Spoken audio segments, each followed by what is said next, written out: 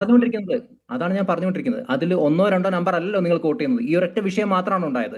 അങ്ങനെയെങ്കിൽ പോലും എന്തുകൊണ്ട് 45 പരാതിപ്പെടാനുള്ള സമയം ഇനി ഇലക്ഷൻ കഴിഞ്ഞിട്ടാണെങ്കിൽ പോലും പരാതിപ്പെടാനുള്ള സമയമുണ്ട്. ഇതിനിടയിലാണെങ്കിലും തിരുത്താനുള്ള സമയമുണ്ട്. അതായത് പെറ്റീഷൻ ഒന്നും തന്നെ ഫയൽ ചെയ്തിട്ടില്ല. നമുക്ക് ഈ പറഞ്ഞ പോലെ ഇതൊരു എന്താ പറയുക ചീറ്റിംഗിന്റെ അല്ലെങ്കിൽ ക്രിമിനൽ ഒഫൻസിന്റെ പരിധിയിൽ വരുന്ന കാര്യമാണ്. ഇങ്ങനെ ഒരു കാര്യം നടന്നു എന്ന് സ്ഥാപിച്ചെടുക്കുകയാണെങ്കിൽ അപ്പോൾ ഒരു FIR പോലും ഫയൽ ചെയ്യാതെ നിങ്ങൾ വാദിച്ചുകൊണ്ടേ ഇരിക്കുകയാണ് ഇങ്ങനെ നടന്നു എന്ന്. നിങ്ങൾ ഒരു FIR ഫയൽ ചെയ്തോ? IPC സെക്ഷൻസ് അന്ന് മീൻസ് 171D കീഴിൽ വരുന്ന ഒരു ഇതാണ്, ക്രൈമാണിത്. അപ്പൊ ഒരു അല്ല, ബാക്കിയുള്ളവർ എന്തൊക്കെ ചെയ്തു എന്നത് ഓർമ്മിപ്പിക്കുന്ന മിഥുനോട് ഒരു കാര്യം ചോദിച്ചോട്ടെ. കരട് പട്ടികയ്ക്കും അന്തിമ വോട്ടർ പട്ടികയ്ക്കും ഇടയിൽ പ്രസന്ന അശോക് എന്ന് പറയുന്ന വീട്ടമ്മ താമസിക്കുന്ന ആ ഫ്ളാറ്റിൽ അവരറിയാതെ 9 വോട്ടർമാരുണ്ടായി. അതിനോടുള്ള മിഥുന്റെ പ്രതികരണം ഞാൻ അഭ്യർത്ഥിക്കുകയാണ് വീണ്ടും. BLO ചോദ്യം ചെയ്തോ? ആരാണ് ചേർത്തത് വോട്ട്? BLO അല്ലേ ചേർക്കുക? BLO വെരിഫൈ ചെയ്യേണ്ടത്. ഇത് ആരാണ് ചോദ്യം ചെയ്തോന്നൊക്കെ ആരോടാണ് ചോദിക്കുന്നത് മിഥുൻ? ഇവിടെ KP രാജേന്ദ്രൻ LDF കൺവീനർ, ഒരു സെക്കൻഡ്, ജില്ലാ കൺവീനർ, ഈ തെരഞ്ഞെടുപ്പിന് ചുമതല ഉണ്ടായിരുന്നയാണ്. ഒരു സെക്കൻഡ് സാർ ഈ TN പ്രതാപൻ, ഒരു സെക്കൻഡ് സാർ TN പ്രതാപൻ, ഇവരെല്ലാവരും ഇതുമായി ബന്ധപ്പെട്ട പരാതി കൊടുത്തു. ഞാനൊന്ന് പറയട്ടെ, പരാതി കൊടുത്തു. KP രാജേന്ദ്രനെ, ഒരു സെക്കൻഡ് സാർ, KP രാജേന്ദ്രനെ പ്രത്യേകമായി ഹിയറിംഗിനും കൂടെ വിളിച്ചു. ഇതെല്ലാം പരിശോധിച്ചതിന് ശേഷമാണ് പറയുന്നത് അന്തിമ വോട്ടർ പട്ടികയിൽ പേര് വന്നു കഴിഞ്ഞു, അതുകൊണ്ട് മാറ്റാൻ കഴിയില്ല എന്ന്. മാത്രമല്ല സംസ്ഥാന വരണാധികാരി, ഒറ്റ സെക്കൻഡ് ഞാൻ വേഗം നിർത്താം, സംസ്ഥാന വരണാധികാരിയാകട്ടെ പറഞ്ഞ എന്താണെന്ന് അറിയാമോ മിഥുൻ? ഈ സുനിലിന്റെ ഈ വാർത്താ സമ്മേളനം കണ്ടപ്പോൾ ഇങ്ങനെ പരാതിയെ കിട്ടിയിട്ടില്ല എന്ന് വെച്ചാൽ ജില്ലാ വരണാധികാരി ഇത് മുകളിലേക്ക് കൊടുത്തിട്ടില്ല.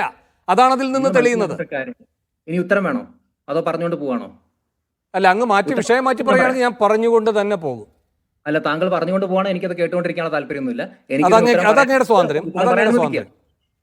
അപ്പൊ ഞാൻ പറയുന്ന ഒരു കാര്യം, അങ്ങനെ ഈ ഇലക്ഷൻ കമ്മീഷൻ ഇവർ പറയുന്ന പരാതി കേൾക്കുന്നില്ല എങ്കിൽ കോടതി എന്നൊരു ഓപ്ഷൻ അവിടെ തുറന്നു കിടപ്പില്ലേ? ക്രിമിനൽ ഒഫൻസ് ആണ്, FIR രജിസ്റ്റർ ചെയ്യാനുള്ള ഒരു ഓപ്ഷൻ അവിടെ തുറന്നു കിടപ്പില്ലേ? എന്തുകൊണ്ട് അതിനൊന്നും പോയില്ല? എന്തുകൊണ്ട് അതൊന്നും പരീക്ഷിച്ചില്ല? അല്ല, അവരെന്തൊക്കെ ചെയ്യണമെന്ന് അവരെ പറ്റിയുള്ള ഉത്തരവാദിത്വം ഓർമ്മിപ്പിക്കുന്ന അങ്ങ് ഈ പറയുന്ന കൃഷ്ണ തേജ എന്തുകൊണ്ട് ഇങ്ങനെ ഒരു സമീപനം എടുത്തു എന്ന് ചോദിക്കാത്തത് എന്തുകൊണ്ട്? അല്ല, കൃഷ്ണ തേജ അങ്ങനെ സമീപനം എടുക്കുന്നില്ലെങ്കിൽ ഇപ്പൊ പോലും കോർട്ട് ഒരു ഓപ്ഷനായിട്ട് അവിടെ തുറന്നു കിടപ്പുണ്ട്. ഞാൻ രാഹുൽ ഗാന്ധി പറയുന്ന ഇപ്പൊ രാഹുൽ ഗാന്ധിയുടെ വിഷയത്തിലേക്ക് വരാണെങ്കിൽ അദ്ദേഹം ഫ്രീഡം പാർക്കിൽ വന്നിട്ട് ഇത്ര വലിയ പ്രസംഗം നടത്തുന്നു. പക്ഷെ അവിടെ നിന്ന് ഒരു 250 മീറ്റർ അകലെയുള്ള ECI ഓഫീസിലേക്ക് അദ്ദേഹം പോകുന്നില്ല. അവിടെ പോയിട്ട് പ്രൂഫ് സബ്മിറ്റ് ചെയ്യാൻ പറഞ്ഞാൽ അദ്ദേഹം സബ്മിറ്റ് ചെയ്യുന്നില്ല. അപ്പൊ അത് തന്നെയാണ് കേരളത്തിലെ നിലപാടും. രാഹുൽ ഗാന്ധി അവസാനമായി ഒരു കാര്യം കൂടി ചെയ്യണം എന്നതാണല്ലോ നിങ്ങൾ അദ്ദേഹത്തിന്റെ മേൽ ഓർമ്മിപ്പിക്കുന്ന ഉത്തരവാദിത്ത ബോധം. ഒരു സെക്കൻഡ്, അതിനു മുൻപ് ചെയ്ത ഒരുപിടി കാര്യങ്ങളുണ്ട്. കഴിഞ്ഞ 6 മാസം ഈ ജ്ഞാനേഷ് കുമാർ അടക്കമുള്ളവർ ഈ പറയുന്ന സുഖമായി നിങ്ങളുടെ 3ാമത്തെ സർക്കാരിനെയും അധികാരത്തിൽ ഇരുത്തി 45ാമത്തെ ദിവസം അതിലെ എല്ലാ രേഖകളും നശിപ്പിച്ച് കഴിയുമ്പോൾ കഴിഞ്ഞ 6 മാസമായി അയാളൊരു പണിയെടുത്തുകൊണ്ടിരിക്കുകയായിരുന്നു. അതാണ് അതിനുള്ള മറുപടി. 45 ദിവസത്തിന്റെ കണക്ക് എന്റെ പൊന്ന് വേണു, താങ്കൾക്ക് നമ്മുടെ ഈ പറയുന്ന പോലെ ഇതുപോലുള്ള കംപ്ലൈന്റുകളുടെ ഒരു ചരിത്രം അറിയാമെങ്കിൽ ഇവരുടെ തന്നെ കമൽനാഥ് 2018 ഈ പരാതിയുമായിട്ട് പോയിട്ടുണ്ടല്ലോ. അന്ന് സുപ്രീം കോടതി തന്നെ പറഞ്ഞിട്ടുണ്ട് 45 ദിവസത്തിന് മുകളിലേക്ക് ഈ രേഖകളൊന്നും സൂക്ഷിക്കേണ്ട ആവശ്യമില്ല എന്ന്. അത് പ്രൈവസിയുടെ പ്രൊട്ടക്ഷന് വേണ്ടിയിട്ടാണ്, അല്ലാതെ ECIയുടെ ഇഷ്ടത്തിന് അങ്ങ് നശിപ്പിക്കുകയല്ല. അപ്പം പ്രൈവസി പ്രൊട്ടക്ഷന്റെ പരിധിയിൽ വരുന്ന ഒരു കാര്യമാണത്. അപ്പൊ താങ്കൾ അതൊക്കെ കോട്ട് ചെയ്തുകൊണ്ട് ഇവിടെ ആളുകളെ തെറ്റിദ്ധരിപ്പിക്കുന്ന രീതിയിലുള്ള ഒരു ഈ 45 ദിവസത്തിന്റെ തീരുമാനം വന്നതിന്റെ കാലാവധി എത്രയായിരുന്നു എന്ന് അങ്ങേക്ക് അറിയുന്നതാണ്.